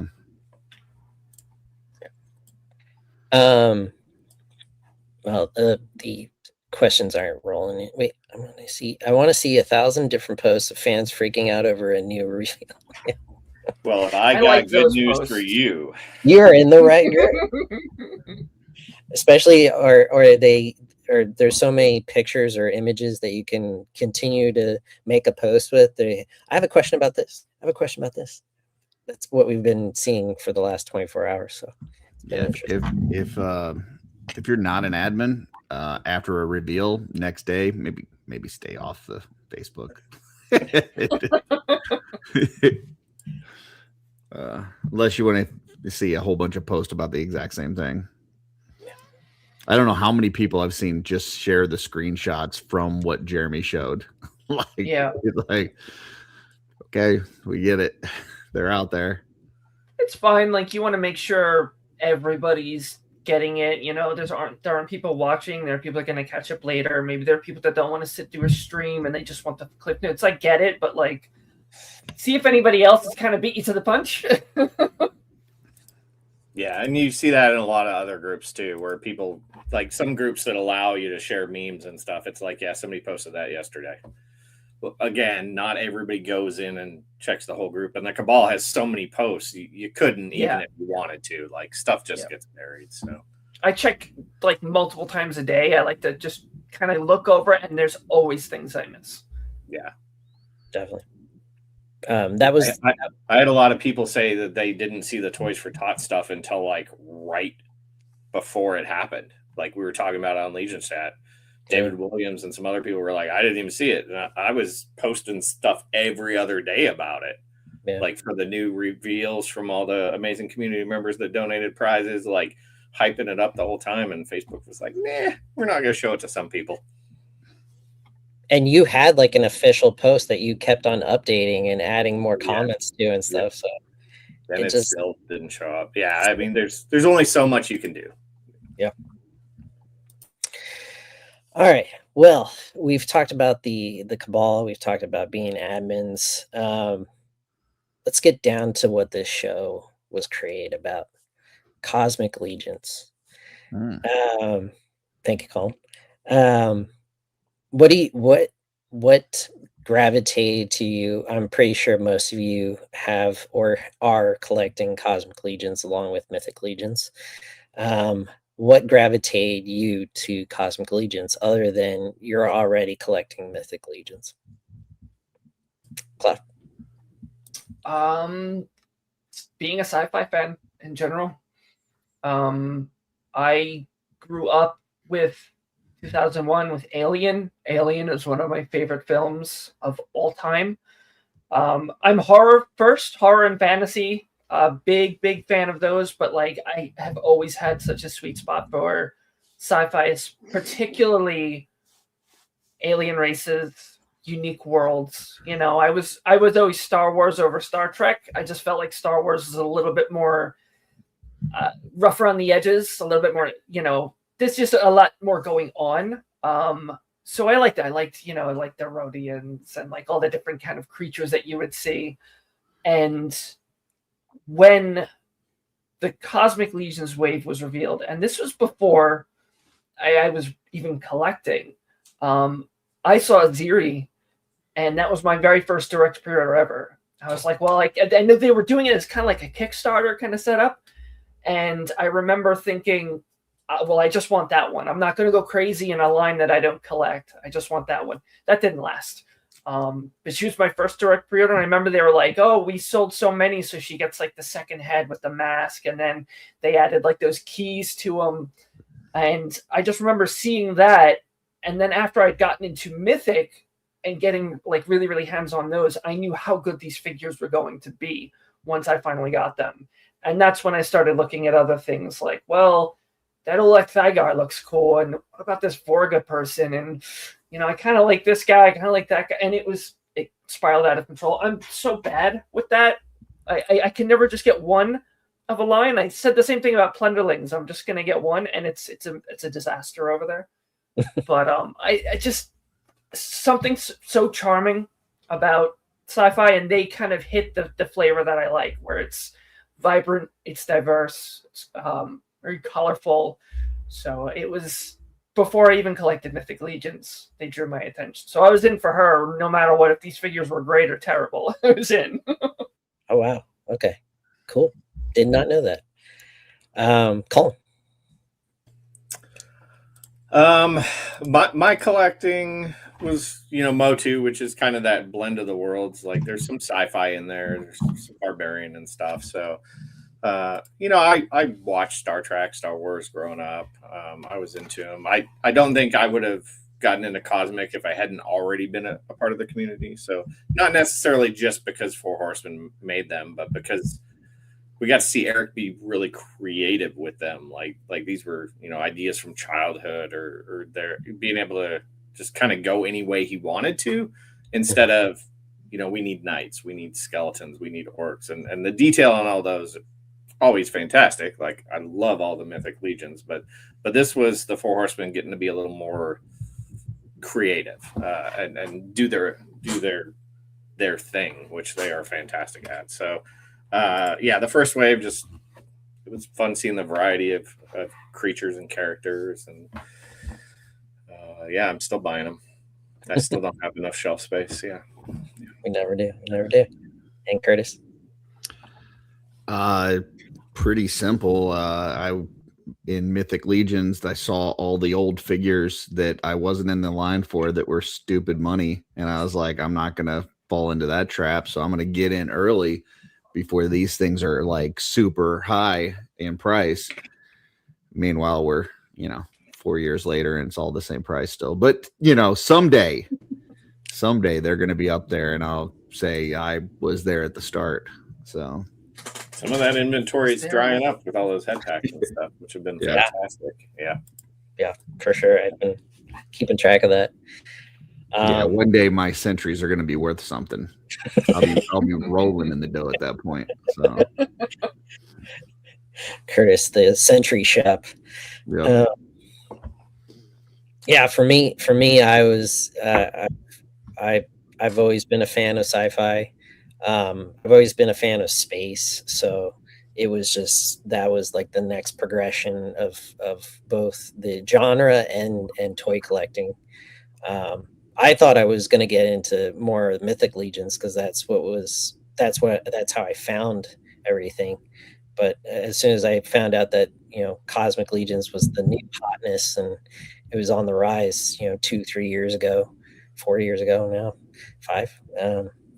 But yeah, I'm kind of like with Curtis. I was like, I got to get in on the ground floor with the newest stuff, so I can't worry about the stuff of the past that's not in my budget. So outside of joining the or getting into Cosmic Legions, what do you all see where the progression of Cosmic Legions will go? What do you want to see the progression of Cosmic Legions to go? I'll go with Curtis.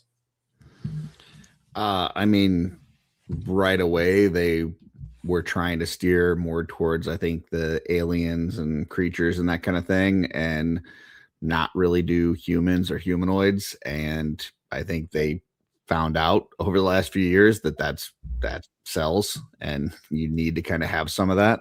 So I think we're going to see some more of that. It may not be humans per se, but it's going to be human-like characters. I think we're going to get more of those. And then, to offset those, then you will get crazy things like, the Skate Back and Uka and all that kind of stuff. So, and I would like to see more like robot stuff. I think Sid just said, like, mech suits and just plain old robots or cybernetic. We got Kanox that has some cybernetic parts, but I would like to see just really lean into that. Warhammer has these cybernetic orcs that I think something like that would be super cool. And they said right from the beginning, this isn't going to be like orcs in space. And I was like, but orcs in space sound fucking cool. So I understand it's not orcs in space, but I'll take some orcs in space. And then you went out and made a custom. Yeah, so. Exactly. Cloud, how about you? Where do you see Cosmic? Where do you want it to go? A lot of the same. I'm not really a fan of like the Terrans. I like the green skins, the orange skins, the Tuvanoids, Velak and Ularia. Ziri has like the face paint, but theirs is like raised, so it's almost like it could be just like the way they're designed, or like it's like scarification, maybe like that, where there's like these unique designs to like their actual structure. Just keep going with that. But droids for sure, cybernetic organism, I would kill for like a little mech suit that I could put somebody in. And I feel like a lot of people, I see a lot of chat about how Cosmic is not doing nearly as good as Mythic. And I feel like people just don't realize how immature the line is. And in the same respect, if you line up a bunch of the different types of characters, take a Ziri, take a Sphexian, take a Slog, take Olek, and line all these characters up with somebody like Orvar and Ukha, and look at the diversity that we've gotten in such a short amount of time. Mm-hmm. I feel like none of us are really going to say this is where Cosmic is going to go, because we might have our ideas. We have maybe what we want to see, and we'll probably see a lot of it. But it's been said before. This is like Eric's just like playing with it, and he can kind of just run from miles. And I know they're kind of restrained in needing to reuse parts because it's the dynamic of these types of figures, but they've already managed to put a Viblian body into the mythical line for Mobu. So anything's on the table. So I'm loving what they're doing. I cannot wait for the new wave reveal this year. I'm very excited. Part of me wants it to be the third part of the Ox Crew so we can finish them, but the other part of me is like, just go somewhere else with it. I don't care. I'm in it for the ride. I'm all in. Yeah, it would be interesting if it's like a Mouse King curveball. Like, oh, we're gonna get the next Christmas Carol. No, you're not. You're getting the Mouse King. Yeah, there you go. Outpost stuff is a lot more fun anyway because you get to throw like all kinds of stuff together. Like, yeah. Like, there's no chains, there's no limits. You know. I mean, Kern Ray is a mythic and cosmic. Like, she was built off of a lot of mythic 2.0 parts. Well, you even see that in Kelly. And Shun? Kelly and Shun, not Kern Ray. I always mix up. Okay.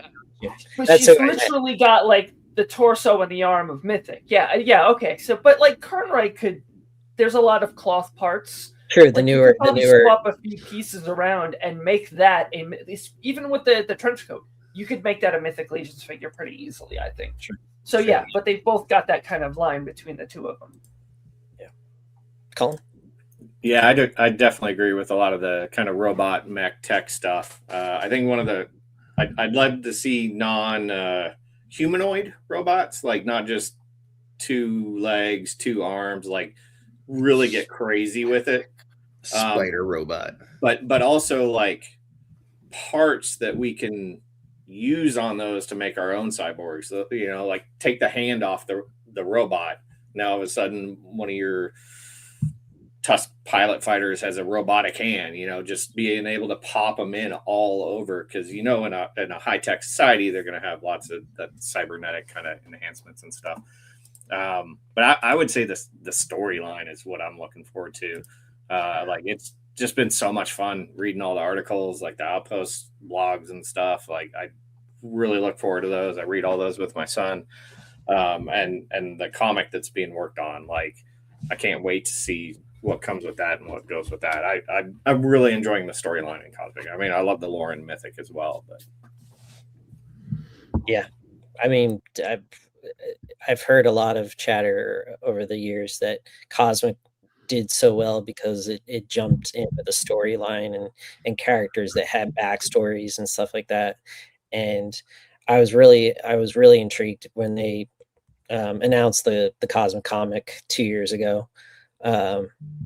But then we got news a couple weeks ago that it's on hold. So hopefully that gets back on track. We all know that there's a lot of publishing projects going on at Four Horsemen. So hopefully that is on the next docket after those mythic projects, especially the RPG that's starting tomorrow. They really kind of just decided to run in every direction at once. It's like, let's do a comic. We're going to do this book, and we're going to do it like a novel, and we're going to do an RPG. And it's these things start to kind of rubber band back to them. Like, you need to maybe wait on this, but they have a lot of irons in the fire.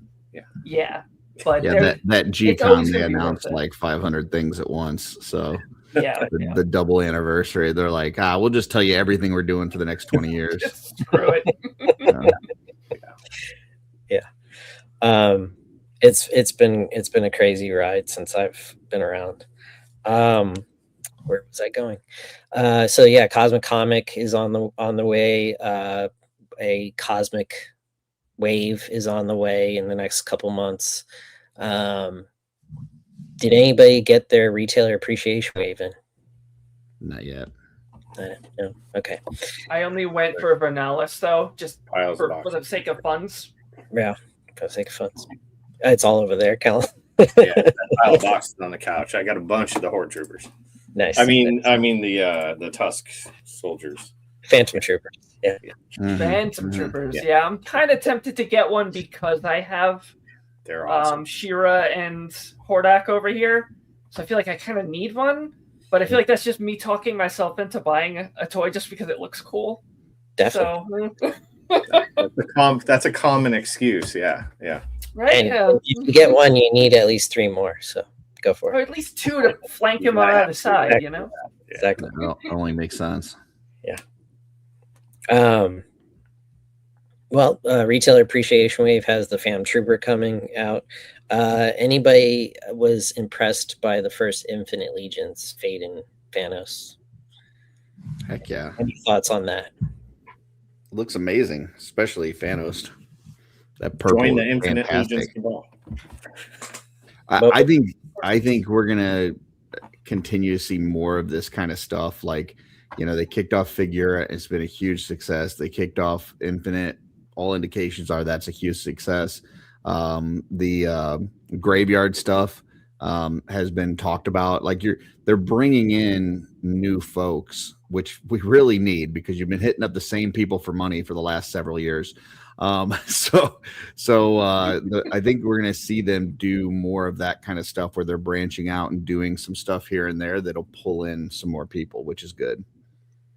So one note on that, because I have had this come up, like the Figura Obscura Cabal. Yes, there's a Cabal for almost everything, and people joke about it, whatever. But there are people in the Figura Obscura Cabal that are not in the Mythic Legions Cabal that have not heard of it. Like people are discovering that line, to Curtis's point, and they don't know about all the other awesome stuff the Four Horsemen have done. So that's something when you're searching on Facebook for Figura Obscura, you're not going to find the Mythic Legions Cabal.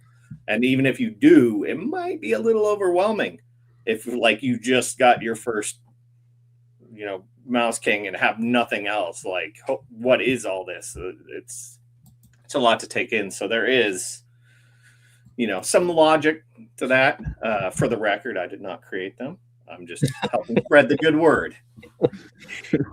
You make sure if you're posting something Cosmic and Mythic that it should probably go over to Cosmic. Now we're not going to delete it, but we're going to encourage you to post over there too. Encourage. Yeah. Share your knowledge. That's what we're trying to say. Spread the love. Get the word out. Yeah. All right, so yeah, Infinite Legions had kind of started with like a sci-fi flair, and then hopefully we get the rest of Ox Crew. Don't know when or where or how, but it'll be interesting if that's where they go with. If they didn't go with that as the next wave, what would you think or feel would be the next? Oh man, would it be another outpost? It'd be good to get back to Valkatar and get a little more of that story. They've left that hanging for a little bit. They could throw in a whole third tangent too. I mean, I'm here for it. We all are. We all are. Yeah, back to Valkatar would be nice. I actually, so I used to write a lot, and life got in the way, and I haven't for years. But the line has inspired me to start writing again, and I'm working on just 2 short stories in whatever free time I have. One for Mythic and one for Cosmic, and my Cosmic one takes place in the Valkatar prison. Nice. So there's so much of that I'd like to see, and everybody's connecting the Valkatar line to the Ox Crew because Thygar has the Ox, his little hologram for his wrist. He's got the Gorgonox. Right. So it's all right. Does he know them? Like, and I know a lot of people are thinking it's he's the one doing the communications with in the Ox Crew journal. I don't think that's him. I feel like we're gonna find out who that is, and the science officer. I want to see what she looks like. I want to see the colors of their suits. It's a very vibrant line, but it's oh man, you guys got me like my brain's going a mile a minute now. But Valkatar is a good job. Yeah, let's go back there for a little while. Yeah, for sure. I agree with all that. Well, thank you all. I don't mean to cut this short, but I said this would be around 10 o'clock, and we've kind of gone to the end of our questioning. I'm going to send you back backstage and close out the show. If you need to leave, like we say, go ahead. If you can stay around, we'll have a quick chat afterwards. And thank you all. Thank you so much for coming by to represent the Cabal admin team. Thanks for having us on. It's been a blast. Thank you. Thank you. Later. So thank you, chat. Thank you all. I saw that we got up to 30 viewers tonight. I've been weighing here and there between 20 and 30 a week. I really appreciate you all coming by, and I knew this was going to be an interesting topic. I'm hoping this is something that I continue to can do with the who's who on card. And you know, if you have a Mythic Legions card in hand right now, especially the card backs from Legions Con, go check and see who is coming up next, and you'll be ahead of the game on who the next guests will be. Please share, please subscribe, please like this, and if you want to leave a comment after the show, please leave that comment on the video and I'll respond. I don't have a whole lot of comments on videos, so I'm pretty easy and quick to answer. So I appreciate it. Again, stay frosty, and we'll see you in another 2 weeks. Again, 11 a.m. Eastern. The Mythic Legions, the role-playing game, starts on Kickstarter. This is a Legion show. I talk about Cosmic, but I want the role-playing game to be successful as much as everybody else, especially for my good friend Joe Gonzalez, because he wants the game and I want a Cosmic game one day. So if we can only get a Cosmic game one day if we get a Mythic game successfully created. So please go back the Mythic Legions, the role-playing game, at 11 a.m. Eastern time tomorrow morning.